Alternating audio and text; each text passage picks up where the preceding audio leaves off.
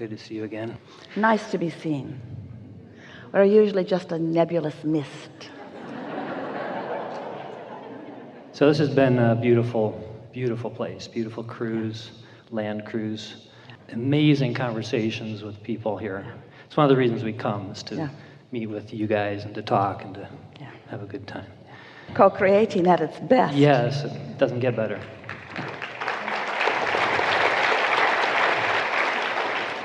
And Tuesday, I think it was, I got sick. Came down with some stomach thing. And I've heard, other people have too. But it's not the first cruise. We've done a lot of these cruises. Not the first time this has happened.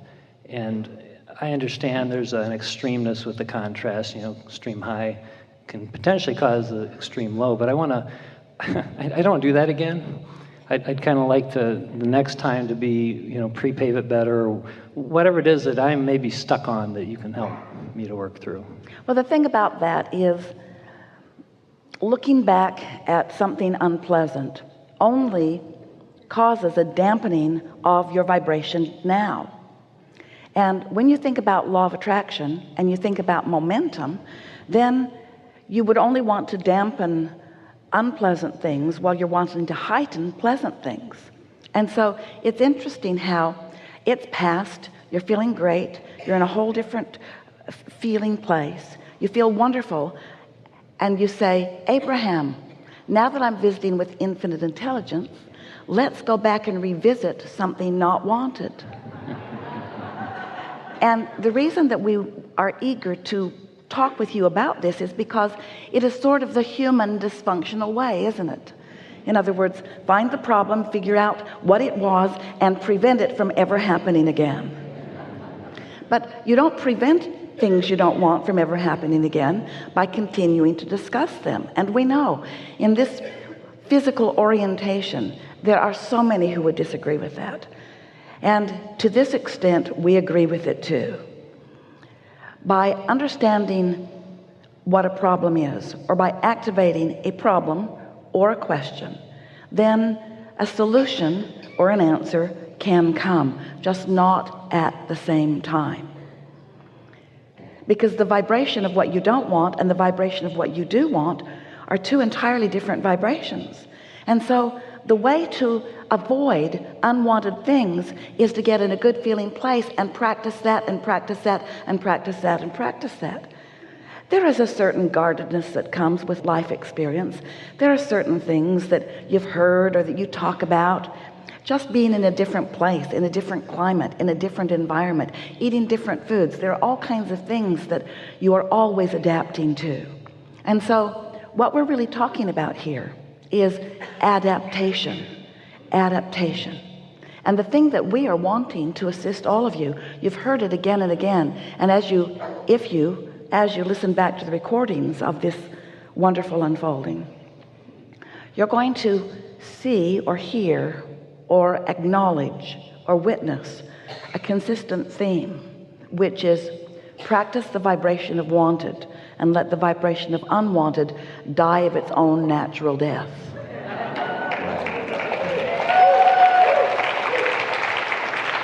Sometimes that feels counterintuitive, and the reason is because there is contrast that helps you to choose, and sometimes without meaning to, you choose something unwanted. And that's why you want to ask this question, because you get law of attraction and you understand that you are the creator of your own reality, and you understand that all of your power is in the present. And so when you've just lived through something unwanted, we can really understand why you'd want to know, what did I do that caused that to be? Because I don't want to repeat that. And we say, and yet talking about it is holding the vibration active and is making it more likely that you will repeat it. You said, I've lived that before, I don't want to ever live it again. And we say, why not stand in a more relaxed stance, a general stance, which is what you always want to do when you're wanting to bridge or mold beliefs. Just stand in a more general place and say things to yourself such as, that's a rare thing with me. So rare. You want to rarefy unwanted things. Well, how do you rarefy them?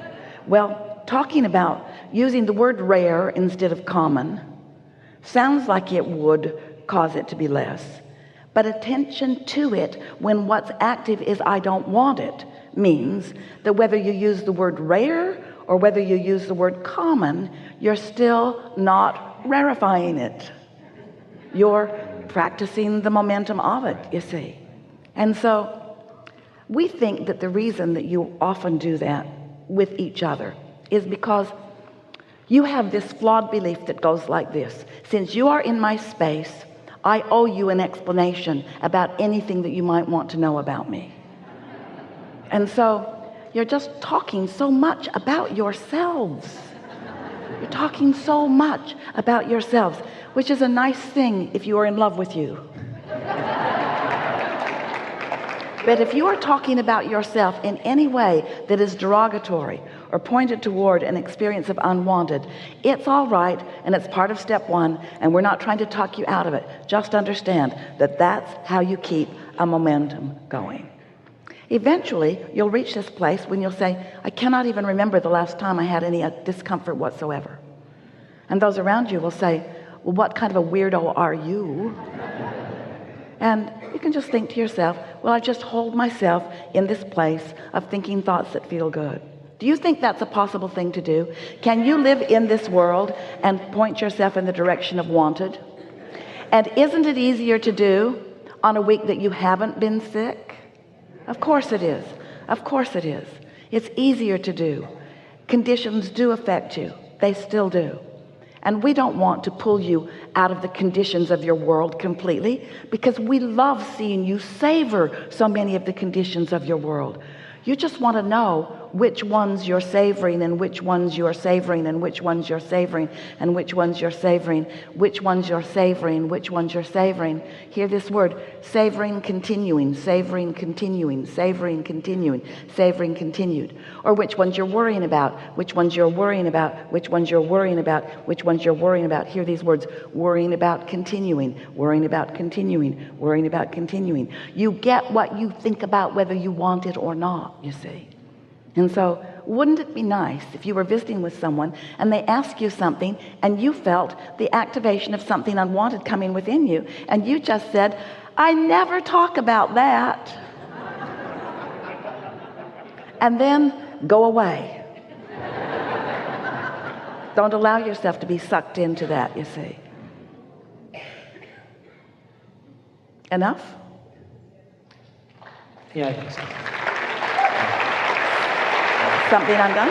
Well, I guess the question about the, I can see if I look, not looking back to try to make it worse, just kind of seeing the evolution of letting things bunch up before we came to the cruise. Yeah. Business taking off and a lot of things going at the same time. I felt like the things I did to prepare to be here, I had to do to be on the other side of when we came back to the cruise, because a lot of stuff was in play. It seems like there's still a softening or a pre-paving that I could do that would help that.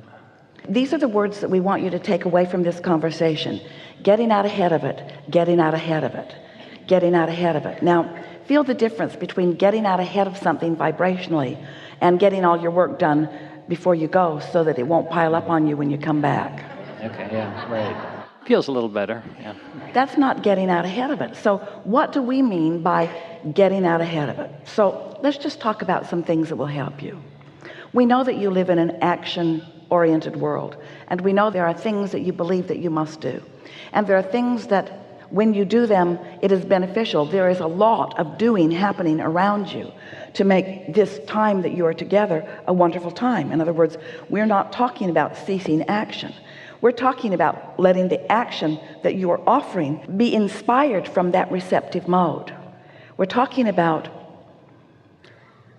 being so often in the receptive mode that you are resourcefully renewing so that you are not depleted. So what you're describing is what a lot of people have experienced, where you push to try to get ready for everything.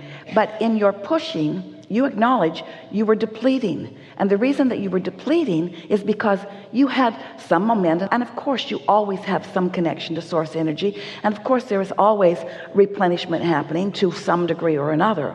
But when you are pushing and trying and efforting and worrying, then you're not letting everything that you're asking for in as you're asking for it. And so it's sort of like water that's coming out of the bottom of the bucket faster than it's going in the top. After a while, the bucket is going to get lower and lower, and in time it's going to run dry, and then you're going to have a day or two where you need the water to replenish a little more. And so if you can get that visual of the happier you are and the less efforting you're offering and the less struggle, then the more you keep that replenishment coming.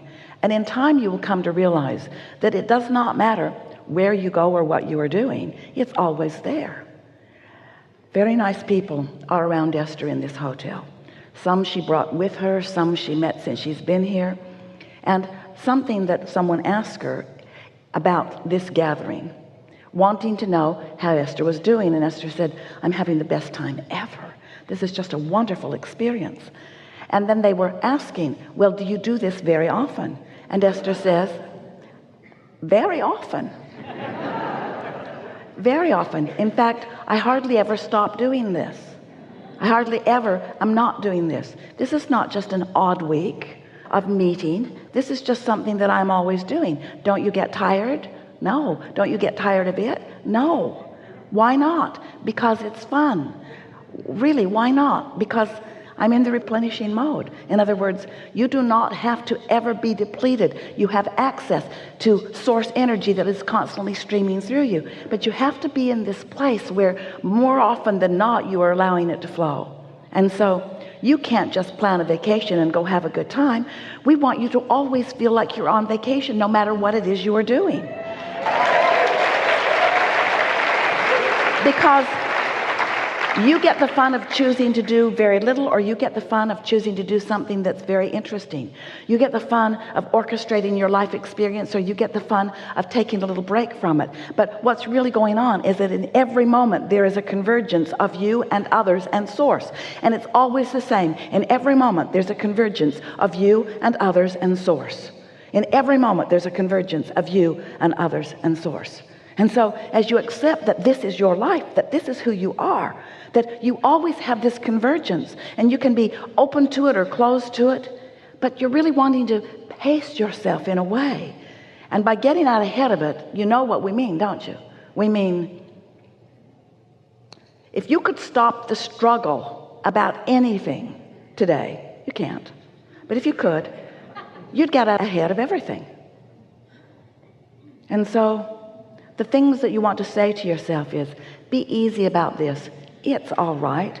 Things are taking care of themselves. I've done really well. My vortex is full. Nothing that I really need to do here. Nothing that I really need to do here. Everything that is important will take care of itself. The orchestration is underway. Everything that is important is taking care of itself. I'm just molded into place. I can take care of this in lots of different ways. In other words, talk yourself into a place of feeling ease about your life under any and all conditions. That's really the benefit of a week like this. Because while there is some contrast, it is hotter than you really want it to be, and there are some things that are not exactly as you want them to be, but there are more things as you want them to be than you normally experience. And this is the perfect environment in which to acknowledge the power of your creation and your ability to create week after week after week after week after week after week after week of moving from joy to interest to calm to excitement to enthusiasm to peacefulness to interest to calm. You see what we're getting at? You don't have to dip. Your contrast can move from that calm place of satisfaction and comfort and contentment all the way into ecstasy and enthusiasm, and you don't have to dip into those lower vibrations of overwhelmment and blame and guilt and despair. You never have to go there again. You never have to go there again. You've sifted through the contrast enough, and you've created enough that you can ride high on this energy, and it's time for you to do that. Your inner being is aware of you and right there with you, feeding you thoughts of appreciation and pleasure all day, every day. Why not tune into that? Why not that be the receptive mode as you are meeting with others and so